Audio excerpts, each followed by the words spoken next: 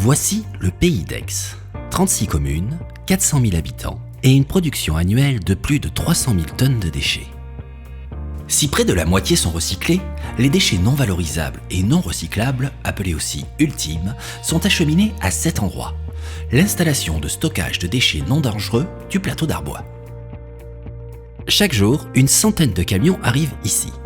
Ils sont scrutés, leur provenance vérifiée, pesés à l'arrivée et au départ, la différence permettant de connaître précisément la quantité de déchets apportés. Une information cruciale pour la gestion de l'infrastructure, la comptabilisation et le contrôle des déchets. Une fois déchargés, les déchets sont écrasés, compressés et enterrés dans la zone en exploitation où ils vont se décomposer et produire des biogaz ainsi qu'un liquide noirâtre qu'on appelle le lixivia. Ces produits seront captés en vue de leur traitement ultérieur et pour éviter tout impact sur l'environnement. Le bassin en exploitation est également entouré de filets pour éviter les envols de plastique dans l'environnement.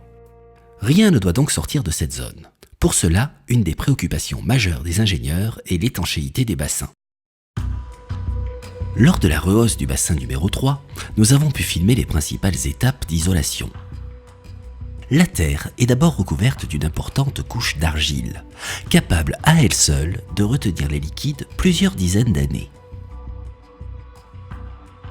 Recouverte ensuite d'une bâche très épaisse, appelée géomembrane, elle-même protégée par un tissu capable d'absorber les chocs et le percement, lui-même recouvert d'un deuxième géotextile de protection, antipoinçonnant et résistant aux ultraviolets. En se désintégrant, les déchets produisent une quantité importante de biogaz contenant une forte proportion de méthane. On creuse alors des puits et avec un habile maillage de tuyaux, les gaz sont acheminés ici. Ils sont alors déshydratés, compressés et brûlés dans cette centrale électrique. Plus de 20 gigawattheures par an sont ainsi produits, de quoi alimenter les besoins en énergie de 12 000 habitants. Le méthane est un gaz à effet de serre 25 fois plus impactant que le CO2. Autrement dit, le brûler permet de produire de l'énergie et de réduire son impact sur l'environnement.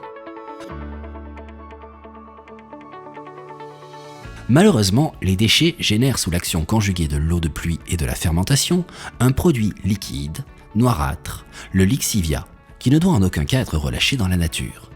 Il est récupéré, pompé et stocké avant d'être traité ici. C'est une station d'épuration très pointue qui permet de surconcentrer la pollution. La première étape s'appelle l'osmose inverse, un système de filtration à très haute pression qui va permettre de séparer l'eau de la pollution. C'est exactement le même procédé qui est utilisé sur la Station spatiale internationale pour transformer les déchets liquides en eau buvable. À la sortie, nous obtenons le perméa, une eau pratiquement pure, et le concentrat, du lixivia très concentré qui sera ensuite traité dans ce second appareil, un évapoconcentrateur, qui tentera encore de récupérer l'eau en l'évaporant et en surconcentrant le résidu pour obtenir ce qu'on appelle une liqueur dense.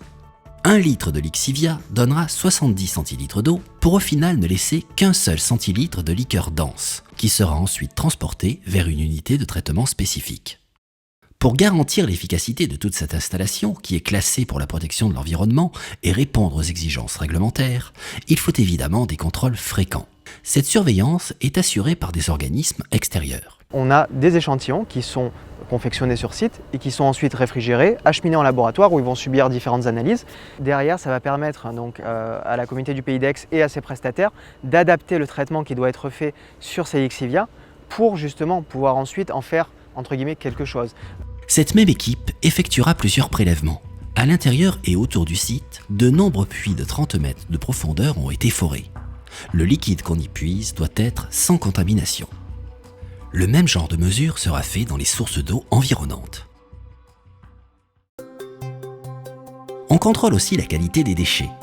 Après le contrôle à l'accueil et leur arrivée au dépotage, un deuxième contrôle est fait par un système d'échantillonnage. On s'assure que ceux qui arrivent sont bien des déchets ultimes et autorisés.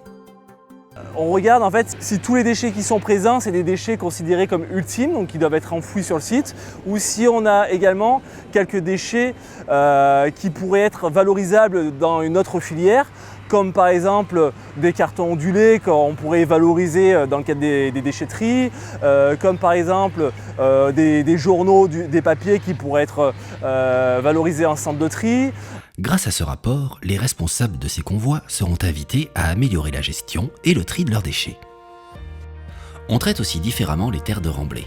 Les roches, les pierres, les matériaux issus des chantiers du BTP. Après vérification qu'ils ne sont pas pollués, on les stocke un peu à l'écart.